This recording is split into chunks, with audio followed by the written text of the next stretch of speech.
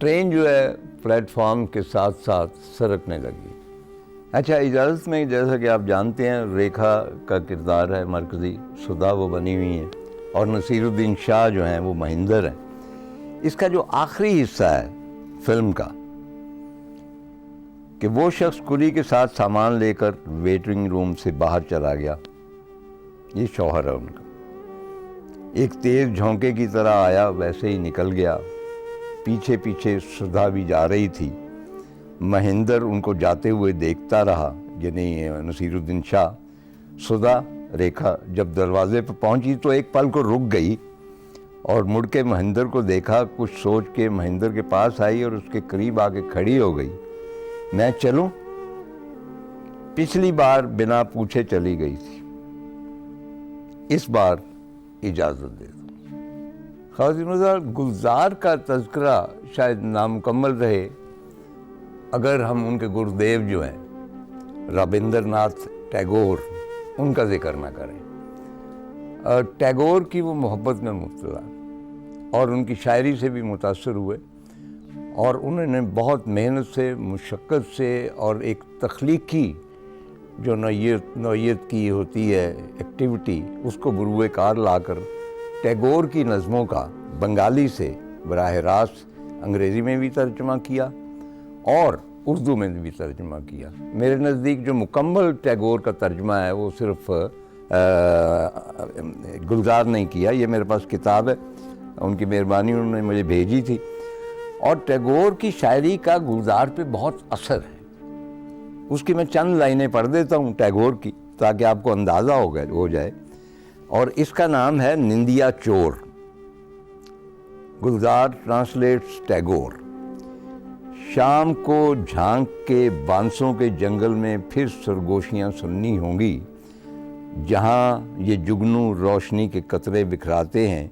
जो भी मिला उससे पूछना होगा, निंदिया चोर कहाँ रहता है, जिसने मेरे बच्चे की आंखों से नींद चुराई है। हाथ लगे तो उसको पकड़ के सबक सिखाना चाहिए। उसका घोंसला लूट लूँ मैं घर पता चले, चोरी की नींद कहाँ रखता है। लूट लूँ और सब घर ले जाऊँ, मेरा कुछ सामान तुम्हारे पास पड़ा है। और बांध के दोनों पंख उसके और नदी किनारे रख दूँ माछ पकड़ने को, हाथ में सरकंडा देकर कमल किनारे और बहते भंवरों के पास। शाम की बाजारी जब निपटे, बच्चे माँ की गोद में लौटें, रात के सारे पंछी उसके कान मरोड़ेंगे। किसकी नींद चुराओगे अब, किसकी नींद चुराओगे। ये टैगोर है। और आप जानते हैं कि टैगोर ने एक बहुत शानदार यूनिवर्सिटी कायम की, शांति निकेतन। उसमें हज़ारों तालिब इल्म तालीम हासिल करते थे। ये भी आप जानते हैं कि भाई टैगोर को नोबेल प्राइज़ मिला था उनकी एक किताब के तर्जमे पे।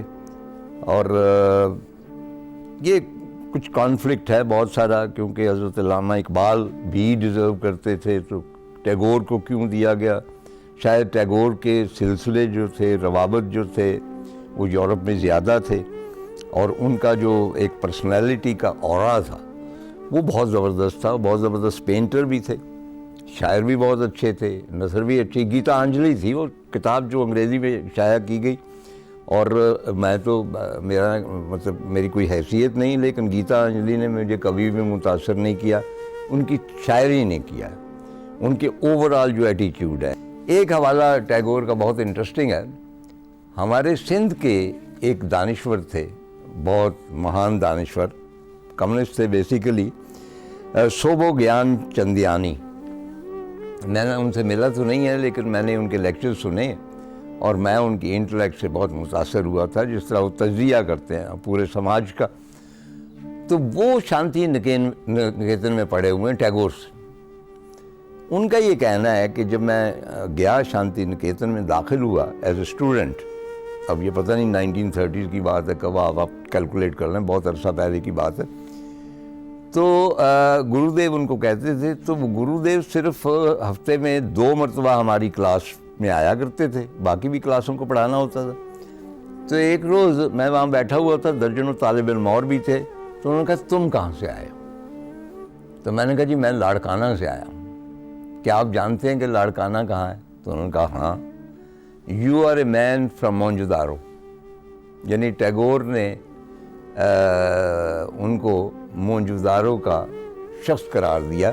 तो उनका कहना है कि उसके बाद शांति निकेतन में किसी को उनका नाम नहीं मालूम था। जहाँ मैं जाता था तो लोग कहते थे कि this is the man from Mohenjodaro. अच्छा, एक और दिलचस्प हकीकत मैं आपकी खिदमत में अर्ज़ करूँ कि 3 ऐसे मुल्क हैं जिनके कौमी नगमे, नेशनल एंथम्स, वो तकरीबन टैगोर ने लिखी। हिंदुस्तान का नेशनल एंथम, बांग्लादेश का नेशनल एंथम और श्रीलंका का नेशनल एंथम जो शायद माथा कहलाता है, वो भी टैगोर से ही इंस्पायर होकर लिखा गया और उसका हवाला दिया गया बाकायदा। ये महज मेरा अंदाज़ा है कि गुलजार ना सिर्फ टैगोर की शायरी से मुतासर थे, बल्कि टैगोर की कहानियाँ बहुत अच्छी लिखते थे। टैगोर तो उनकी एक बहुत मशहूर कहानी है चोखर बाली। अच्छा, चोखर बाली में जो खातून है राधिका आप्टे, बड़ी कमाल की एक्ट्रेस है और उनमें तमाम तर वो जादूगरी है जो बंगाल के हुस्न में होती है, ख़ास तौर पे आंखें। तो वो फिल्म भी एक रेलवे स्टेशन से शुरू होती है और वहाँ भी ये है कि एक शख्स जो है कलकत्ते जा रहा है और बारिश ज़्यादा हो रही है, तो ड्राइवर को कहता है कि हम नहीं पहुँच पाएंगे तो मुझे नज़दीकी रेलवे स्टेशन ले जाओ। तो रेलवे स्टेशन जाता है, वेटिंग रूम जाता है और वहाँ नीम तारीकी है, वहाँ पे एक खातून बैठी हुई है और वो लालटेन जलाने की कोशिश कर रही है, उससे जल नहीं रही। तो ये शख्स जब आता है तो वो उससे कहती है कि आपके पास दिया सलाई होगी? वो कहता हाँ। वो दिया सलाई से जब लालटेन जलाती है, रोशनी फैलती है, तो वो जान जाती है कि वो उसका पुराना महबूब है जो उससे छोड़ के चला गया था 6 साल 10 साल पहले, और वो भी उसको पहचान लेता है और वो वहाँ पे उस वेटिंग रूम में बैठ के बातें करते हैं। याद रहे कि इजाज़त में भी ऐसा होता है, इजाज़त में भी बारिश थी, इसमें चोखर बाली में भी बारिश है। और स्टेशन, ये बड़ी कमाल की फिल्म है।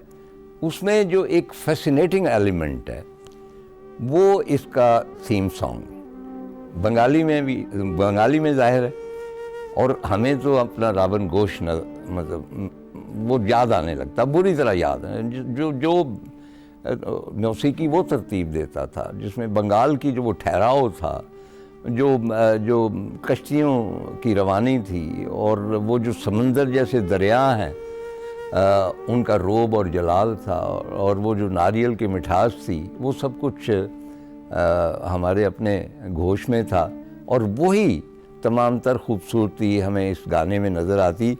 लेकिन ये पेश करने से पहले, क्योंकि बंगाली में है, मैं चाहता हूँ कि 1-2 इसके हिस्से मैं उर्दू में आपके सामने पेश कर दूँ। वो अभी मैंने तर्जुमा किए, बराह रास्त कोई ऐसा मुकफ़ा और मुसज्जा तर्जुमा नहीं है। और वो है कि वो सब जो मेरा दिल चाहता है, टैगोर की पोइट्री, वो सब जो मेरा दिल चाहता है तुम ही तो हो, बस तुम ही हो। इस दुनिया में तुम्हारे सिवा मेरे पास और क्या है? कुछ भी नहीं, कुछ भी नहीं। और हाँ, अगर तुम किसी और से मोहब्बत में मुब्तला हो, अगर तुम कभी मेरे पास वापस नहीं आती, तो फिर जो भी तुम्हारी तमन्ना है वो ही पूरी हो, और जितने तुम्हारे दुख हैं वो सब मेरे हो जाएं। इंजन आहिस्ता हो रहा है और गाड़ी रुक रही है।